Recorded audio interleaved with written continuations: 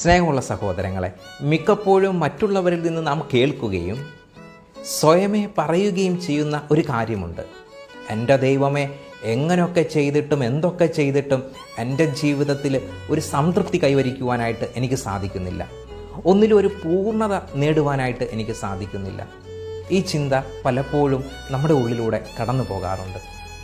എന്തുകൊണ്ടാണ് ഇങ്ങനെയുള്ള ചിന്ത എൻ്റെയും നിങ്ങളുടെയും മനസ്സിലൂടെ കടന്നു പോകുന്നത്? യഥാർത്ഥത്തിൽ സംതൃപ്തിയും പൂർണ്ണതയുമൊക്കെ ആദ്യം നാം കൈവരിക്കേണ്ടത് ദൈവത്തിൽ നിന്നുമാണ്. ദൈവത്തിൽ, നിൻ്റെ ആത്മീയതയിൽ, നിൻ്റെ പ്രാർത്ഥനയിൽ നിനക്കൊരു പൂർണ്ണത കൈവരിക്കുവാൻ സാധിക്കുകയാണെങ്കിൽ, നിനക്കൊരു സംതൃപ്തി കൈവരിക്കുവാൻ സാധിക്കുകയാണെങ്കിൽ, തീർച്ചയായിട്ടും നീ തിരഞ്ഞെടുക്കുന്ന, നീ നടക്കുന്ന എല്ലാ മേഖലകളിലും ദൈവം നിന്നെ ശക്തിപ്പെടുത്തും.